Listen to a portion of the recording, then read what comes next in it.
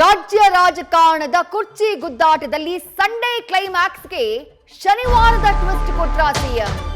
ಬೆಳಗ್ಗೆ ಡಿಕೆ ಶಿವಕುಮಾರ್ ಅವರನ್ನ ಬ್ರೇಕ್ಫಾಸ್ಟ್ಗೆ ಕರೆದಿದ್ದಾರೆ ಸಿಎಂ ಸಿದ್ದರಾಮಯ್ಯ ತಮ್ಮ ನಿವಾಸಕ್ಕೆ. ಬೆಳಗ್ಗೆ 9:30ಕ್ಕೆ ಮನೆಗೆ ಬನ್ನಿ ತಿಂಡಿಗೆ ಅಂತ ಹೇಳಿ ಸಿಎಂ ಸಿದ್ದರಾಮಯ್ಯ ಡಿಕೆ ಶಿವಕುಮಾರ್ ಅವರಿಗೆ ಆಹ್ವಾನ ಕೊಟ್ಟಿದ್ದಾರೆ.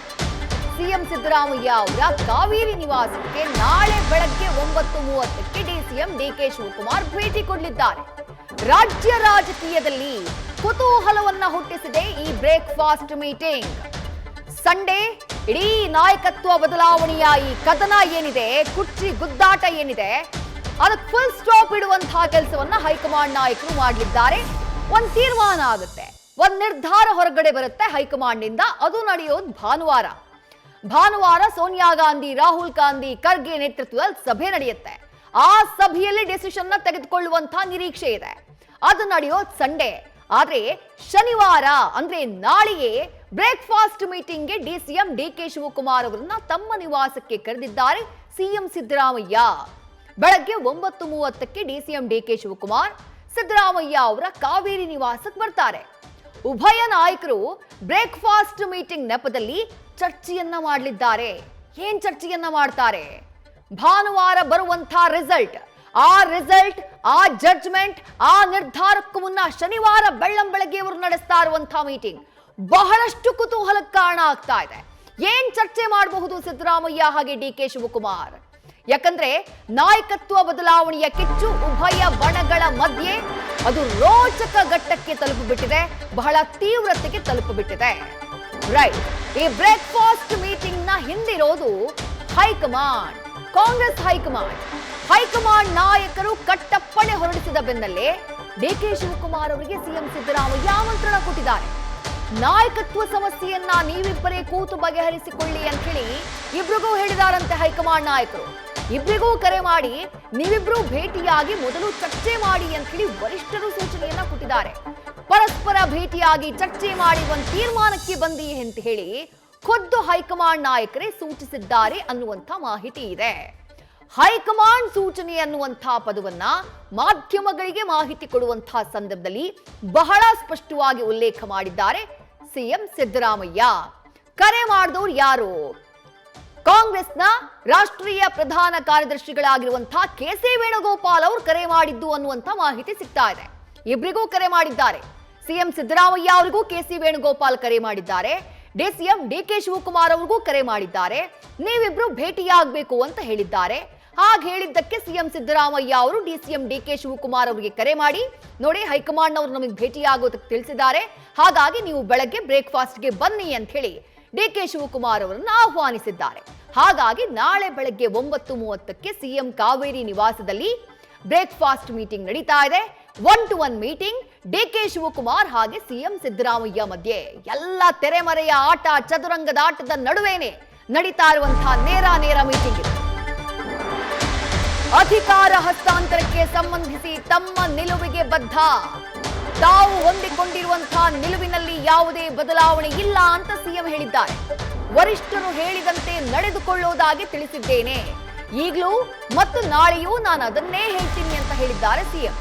ಉಪಹಾರಕ್ಕಾಗಿ ಕರೆದಿದ್ದು, ಅಲ್ಲಿ ಡಿಸಿಎಂ ಜೊತೆ ಚರ್ಚೆ ಮಾಡ್ತೀವಿ, ಹೈಕಮಾಂಡ್ ಅವರು ಕರೆದ್ರೆ ನಾವು ದೆಹಲಿಗೆ ಹೋಗ್ತೀವಿ ಅಂತ ಹೇಳಿ ಎಕ್ಸ್ ನಲ್ಲಿ ಪೋಸ್ಟ್ ಮಾಡಿಯೂ ಕೂಡ ಮಾಹಿತಿಯನ್ನ ಹಂಚಿಕೊಂಡಿದ್ದಾರೆ ಸಿಎಂ ಸಿದ್ದರಾಮಯ್ಯ. ಮೊದಲಿಗೆ ಮಾಧ್ಯಮಗಳಿಗೆ ಮಾಹಿತಿ ನೀಡ್ತಾರೆ. ಅದಾದಂತಹ ನಂತರದಲ್ಲಿ ಎಕ್ಸ್ ಖಾತೆಯ ಮೂಲಕವೂ ಕೂಡ ಅದನ್ನ ಸ್ಪಷ್ಟಪಡಿಸುವಂತಹ ಕೆಲಸವನ್ನ ಸಿಎಂ ಸಿದ್ದರಾಮಯ್ಯ ಅವರು ಮಾಡ್ತಾರೆ. ಹೈಕಮಾಂಡ್ ಅವರು ಸೂಚನೆ ಕೊಟ್ಟಿದ್ದಾರೆ ನಮಗ್ ಭೇಟಿಯಾಗೋದಕ್ಕೆ, ಹಾಗಾಗಿ ಭೇಟಿಯಾಗ್ತಾ ಇದೀವಿ. ಹೈಕಮಾಂಡ್ ಏನ್ ಹೇಳುತ್ತೋ ಅದನ್ನ ಕೇಳೋದಕ್ಕೆ ನಾನು ಸಿದ್ಧ ಇದ್ದೀನಿ. ಹೈಕಮಾಂಡ್ಗೆ ನಾನು ಬದ್ಧನಾಗಿದ್ದೀನಿ. ನನ್ನ ನಿಲುವಿನಲ್ಲಿ ಯಾವುದೇ ಬದಲಾವಣೆ ಇಲ್ಲ. ಡಿಕೆ ಶಿವಕುಮಾರ್ ಕೂಡ ಹೈಕಮಾಂಡ್ ಹೇಳಿದ್ದನ್ನ ಕೇಳೋದಕ್ಕೆ ನಾನು ಸಿದ್ಧ ಅಂತ ತಿಳಿಸಿದ್ದಾರೆ. ಹಾಗಾಗಿ ನಾಳೆ ನಾವು ಕೂತು ಚರ್ಚೆ ಮಾಡ್ತೀವಿ ಅಂತ ಹೇಳಿ ಮಾಧ್ಯಮಗಳಿಗೆ ಪ್ರತಿಕ್ರಿಯಿಸಿದ್ದಲ್ಲದೆ ಎಕ್ಸ್ ಖಾತೆಯಲ್ಲೂ ಕೂಡ ಹೇಳ್ಕೊಂಡಿದ್ದಾರೆ ಸಿಎಂ ಸಿದ್ದರಾಮಯ್ಯ.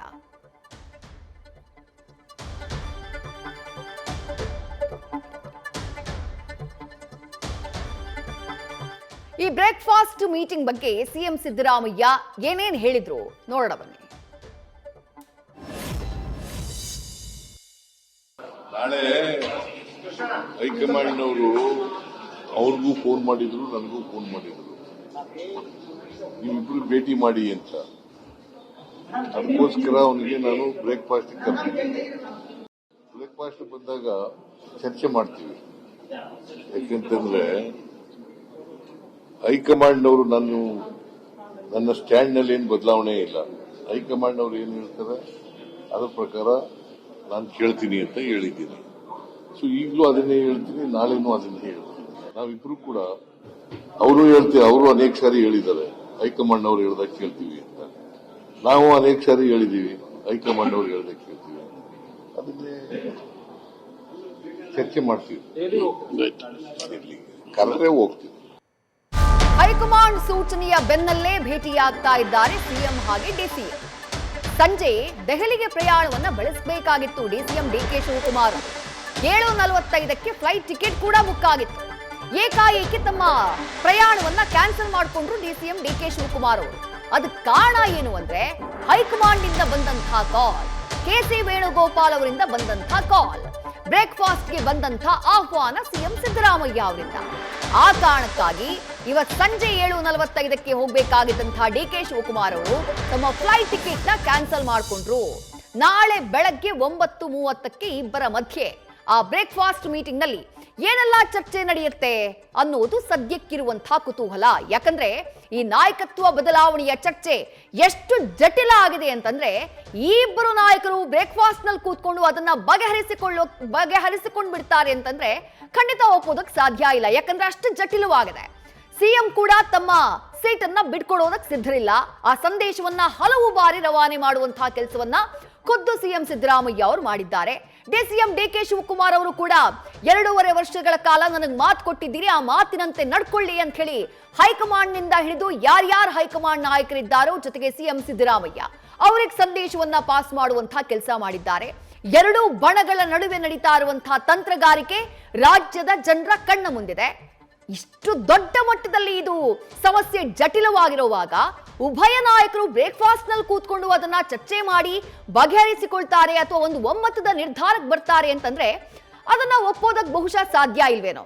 ನಿರ್ಧಾರವನ್ನ ಮಾಡಬೇಕಾಗಿರೋದು ಹೈಕಮಾಂಡ್ ನಾಯಕರು. ಆ ನಿರ್ಧಾರವನ್ನ ಅವ್ರು ಮಾಡ್ತಾರೆ. ನವೆಂಬರ್ 30ನೇ ತಾರೀಕು ಒಂದು ಮೀಟಿಂಗ್ ನಡೆಯುತ್ತೆ, 2 ಮೀಟಿಂಗ್ ನಡೆಯುತ್ತೆ ಸಂಜೆಯ ಸಂದರ್ಭದಲ್ಲಿ. ಆ 2 ಮೀಟಿಂಗ್ ನ ಮೇಲೆ ಸದ್ಯ ಎಲ್ಲರ ಚಿತ್ತ ಇರೋದು ಮಲ್ಲಿಕಾರ್ಜುನ ಖರ್ಗೆ ಅವರು ಇರ್ತಾರೆ, ಸೋನಿಯಾ ಗಾಂಧಿ ಅವರು ಇರ್ತಾರೆ, ರಾಹುಲ್ ಗಾಂಧಿ ಅವರು ಇರ್ತಾರೆ, ಕೆಸಿ ವೇಣುಗೋಪಾಲ್ ಅವರು, ರಾಜ್ಯ ಕಾಂಗ್ರೆಸ್ ಉಸ್ತುವಾರಿಯಾಗಿರುವಂತಹ ರಣದೀಪ್ ಸಿಂಗ್ ಸುರ್ಜೇವಾಲಾ ಅವರೆಲ್ಲರೂ ಕೂಡ ಸಭೆಯಲ್ಲಿ ಭಾಗಿಯಾಗಿರ್ತಾರೆ. ಒಂದು ತೀರ್ಮಾನಕ್ಕೆ ಬರ್ತಾರೆ.